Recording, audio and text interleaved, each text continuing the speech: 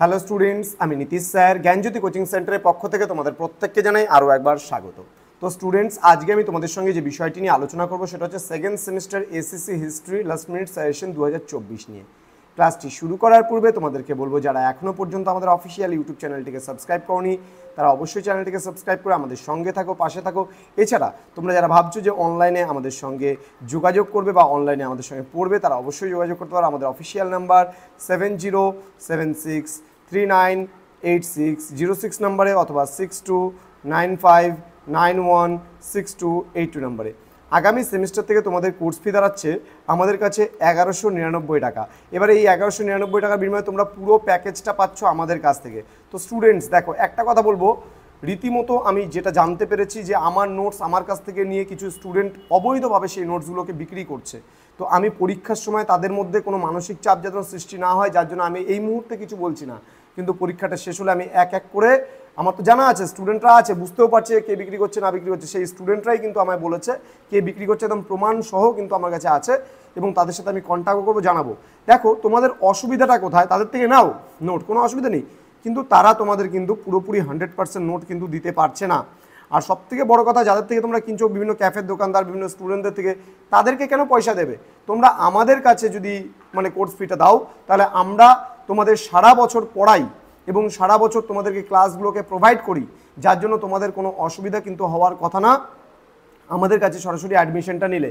কিন্তু তোমরা যদি বন্ধুবান্ধবের কাছ থেকে নোটসগুলো নাও, তাহলে সেক্ষেত্রে তোমাদের কিন্তু অনেক সমস্যার সমাধান সমস্যার সৃষ্টি হতে পারে।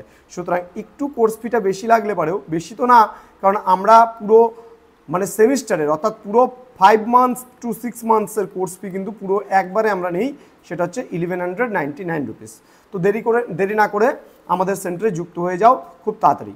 চলো আলোচনা করছি। তোমাদের সবার প্রথমে 10 নম্বরের প্রশ্নগুলো নিয়ে আলোচনা করো। কী প্রশ্নগুলো গুরুত্বপূর্ণ সেগুলো নিয়ে দেখো। সমাজে সংগ্রহশালার ভূমিকা আলোচনা করো, খুব গুরুত্বপূর্ণ প্রশ্ন। কোনো সংগ্রহশালা বা মহাপেজখানার দর্শন বা ভ্রমণ সংক্রান্ত তোমার অভিজ্ঞতার কথা লেখো। ভারতের জাতীয় মহাপেজখানার ইতিহাস লেখো। ভারতে মহাপেজখানার উপাদান সংগ্রহের পদ্ধতিগুলি সম্পর্কে আলোচনা করো। লেখাগার বলতে কী বোঝো, লেখাগারের শ্রেণীবিভাগ আলোচনা করো।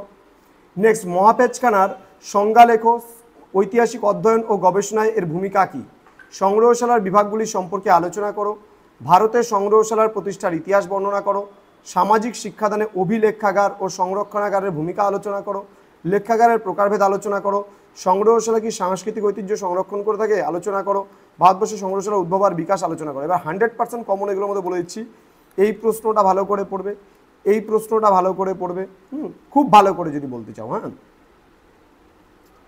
এই প্রশ্নটা আর এই প্রশ্নটা কিন্তু সেম প্রশ্ন। হ্যাঁ, সেম প্রশ্ন, এই দুটো প্রশ্ন। মহাপেজখানাটা ভালো করে পড়বে অবশ্যই, লেখাগার ভালো করে পড়বে, হ্যাঁ, শ্রেণীবিভাগটা সম্পর্কে, জাতীয় মহাপেজখানার ইতিহাসটা খুব ভালো করে পড়বে, সংগ্রহশালার ভূমিকা খুব ভালো করে পড়বে, এবং এই যে প্রশ্নটা অভিজ্ঞতার কথা, এটাও খুব ভালো করে পড়বে, কমন কিন্তু পেয়ে যাবে একদম 100%। ওকে, নেক্সট আমরা চলে আসবো 5 নম্বরের প্রশ্নগুলো নিয়ে। লেখাগার কিভাবে নিবন্ধীকরণ প্রক্রিয়াকে সাহায্য করে? ভারতের জাতীয় মহাপেজখানায় নথিপত্র কিভাবে সংরক্ষণ করে রাখা হয়? সংগ্রহশালার দ্রষ্টব্য বস্তু কিভাবে সংগ্রহ করা হয়? ভারতের পাণ্ডুলিপি সংরক্ষণে দেশীয় পদ্ধতিগুলি আলোচনা করো। উত্তর ঔপনিবেশিক ভারতে জাদুঘর পুনরুদ্ধারের প্রক্রিয়া কী কী অসুবিধা হতে পারে? মহাপেজখানার তথ্যাদি সংরক্ষণের পদ্ধতিগুলি সম্পর্কে আলোচনা করো। নেক্সট, গ্রন্থাগার ও মহাপেজখানার মূল পার্থক্যগুলি কী কী তা আলোচনা করো। ভারতে অবস্থিত সংরক্ষণাগারের বিভিন্ন প্রকারভেদগুলি সম্পর্কে আলোচনা করো। ইতিহাস গবেষণায় কোচবিহার প্যালেস মিউজিয়ামের ভূমিকা আলোচনা করো। দেন কী কী সমস্যার সম্মুখীন হতে হয় জাতীয় মহাপেজখানায় নথিপত্র সংরক্ষণ করতে? সংগ্রহশালার বিভিন্ন কার্যাবলী উল্লেখ করো। নেক্সট রয়েছে ইতিহাস অধ্যয়নে সংগ্রহশালার গুরুত্ব আলোচনা করো। লেখাগারের কর্মপদ্ধতিগুলি আলোচনা করো। সংগ্রহশালার প্রকারভেদগুলি সংক্ষিপ্ত আকারে লেখো। লেখাগার ও মহাপেজখানার ডিজিটাল প্রযুক্তির ব্যবহার কীভাবে করা হয়ে থাকে তা আলোচনা করো। সংগ্রহশালা নির্মাণে দান বা উপহারের গুরুত্ব নিরূপণ করো। এখান থেকে দেখো 5 নম্বরের প্রশ্নগুলো, এখান থেকে কাটছাট করার কিছু নেই, তবে যদি আমি কাট করতে চাই তাহলে আমরা কাট করতে পারি, এই প্রশ্নটা কাট করতে পারি। নেক্সট হচ্ছে এখানে কাট করার মতো এটা তুমি কাট করতে পারো। নেক্সট হচ্ছে আর কিছু কাট করার মতো এবার দেখছি না। তো বাকি প্রশ্নগুলো তোমাদের পড়তে হবে, যেহেতু এবার তোমরা প্রথম ব্যাচ, সেহেতু তোমাদের একটু বেশি পড়তেই হবে, কিছু করার নেই। আমি তোমাদের ইভিনিং টাইমে তোমাদের একটা ভিডিও নিয়ে আসবো যেখানে শর্ট কোশ্চেন তোমাদের 1 নম্বরের যে প্রশ্নগুলো থাকবে সেই প্রশ্নগুলো নিয়ে আমি আরেকটা সাজেশন নিয়ে আসবো। তোমরা অবশ্যই ভিডিওটি বন্ধুদের সঙ্গে শেয়ার করবে এবং শর্ট কোশ্চেন্সের ওপরে কাদের কাদের তোমাদের ভিডিওগুলো প্রয়োজন অবশ্যই তোমরা কমেন্ট করে জানাও। যত বেশি কমেন্ট আসবে আমি খুব তাড়াতাড়ি সেই ক্লাসটি নিয়ে আসবো। তোমাদের খুব সুবিধা হবে যে একদম 100% কমন শর্ট কোশ্চেনগুলো সম্পর্কে আলোচনা করবো, একদম তোমরা 100% কমন পাবে। এবার তোমাদের বলবো, তোমাদের কিন্তু প্রশ্ন কিন্তু এসএসসির বাংলাতে হবে না, এসএসসির প্রশ্ন কিন্তু ইংলিশে হবে। সুতরাং তোমরা যত বুঝতে পারো, যার জন্য আমি বাংলাতে এসএসসির সাজেশনটা দিলাম, কিন্তু এটাকেই তোমরা ট্রান্সলেট করে নিয়ে কিন্তু অবশ্যই পড়বে, না হলে কিন্তু পরীক্ষায় প্রশ্নের মানে বুঝতে পারবে না। তো স্টুডেন্টস, জ্ঞানজ্যোতি কোচিং সেন্টার অফিসিয়াল ইউটিউব চ্যানেলে তোমাদের প্রত্যেককে আরও একবার স্বাগত জানাচ্ছি।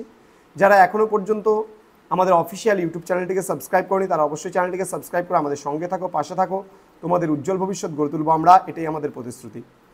তো তোমাদের কোনো কোয়ারিজ থাকলে যোগাযোগ করতে পারো আমাদের অফিসিয়াল নাম্বার 6295916282 এবং 7076398606 নম্বরে। তো www.gyanjyoti.info-তে তোমরা যদি গুগলে সার্চ করো আমাদের ওয়েবসাইটে পৌঁছে যাবে এবং সেখানে বিভিন্ন বিষয়গুলো সম্পর্কে হবে। এছাড়া আমাদের ওয়েবসাইট রয়েছে নীলস নিভা নামে, নীলস নিভা নামে যদি ইউটিউবে সার্চ করো তাহলে পেয়ে যাবে। ডেসক্রিপশন বক্সে ডিটেলসটা দেওয়া আছে, সেখান থেকে দেখে নাও।